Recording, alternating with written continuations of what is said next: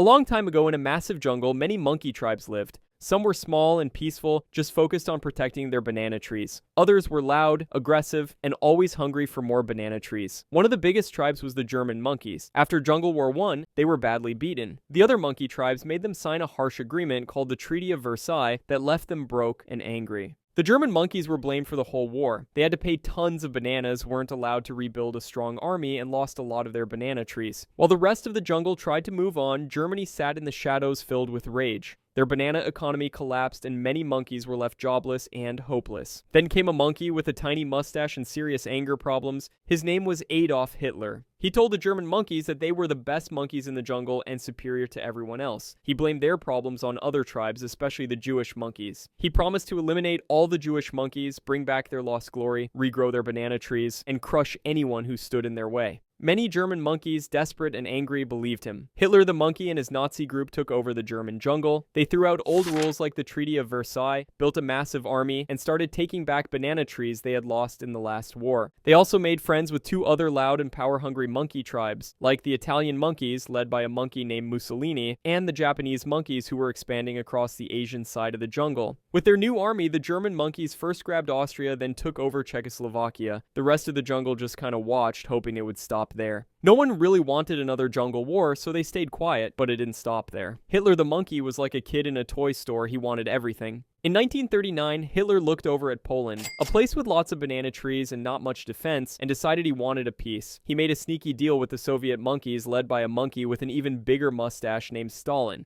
They promised not to fight each other and agreed to split Poland's banana trees between them. So on September 1st, 1939, the German monkeys invaded Poland from one side, and the Soviet monkeys came in from the other. Poland ended up in an unwanted threesome. Now the other tribes started to panic, worried they might be next in line for the same treatment. So Britain and France finally decided to act and declared war on Germany, and World War II had officially begun. Germany quickly started swinging through the jungle with a new style of attack and took over Denmark and Norway. Then, they crushed Belgium and the Netherlands before turning their attention to France, one of the proud old monkey tribes.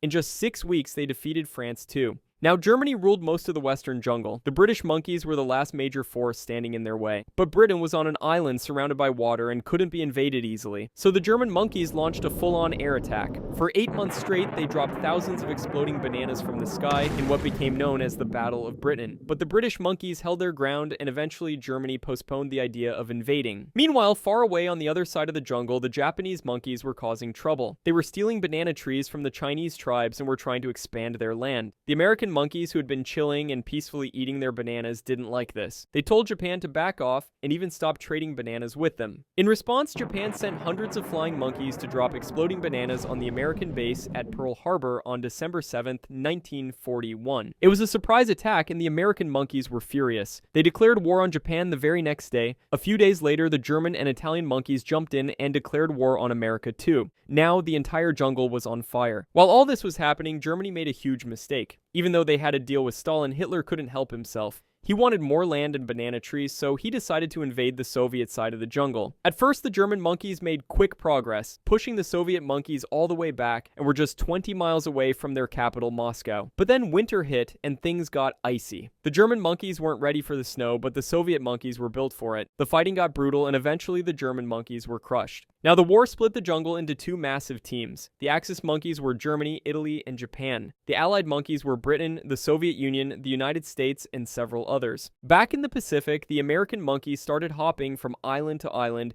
taking back territory controlled by the Japanese monkeys. This strategy was called island hopping, and it was exhausting but effective. Each island was a brutal fight packed with traps, hidden bunkers, and fierce resistance. The deeper they went into Japanese territory, the tougher the battles became. At the same time in North Africa, the British and American monkeys fought tooth and nail to push the Axis monkeys out of the desert. These battles were dusty, hot, and brutal, but the Allies knew North Africa was important. Controlling it gave them access to the Mediterranean, helped protect nearby banana oil fields, and gave them a launching point to swing into Europe from the south. Eventually, they pushed the enemy out and moved into Italy. Mussolini was kicked out of power by his own monkey tribe, but the German monkeys rushed in to keep the fight going for him. This battle continued in the Italian jungle until the very end of the war. In 1944, the Allies launched a massive invasion on the beaches of France. It was called D-Day. Monkeys from the US, Britain, and Canada landed in Normandy and slowly pushed the German monkeys back. It wasn't easy. The beaches were filled with traps and banana mines, but step by step they took France back. At the same time, the Soviet monkeys were charging from the east, smashing through everything in their path. They retook massive chunks of jungle they had lost, freed monkey villages, and chased the German army all the way back toward Berlin. The jungle was closing in on Hitler and his crew from both sides. The German monkeys were surrounded, and when Hitler got the news, he ran to his treehouse, ate a poisonous banana, and shot himself. On May 8, 1945, Germany surrendered. The war in Europe was over.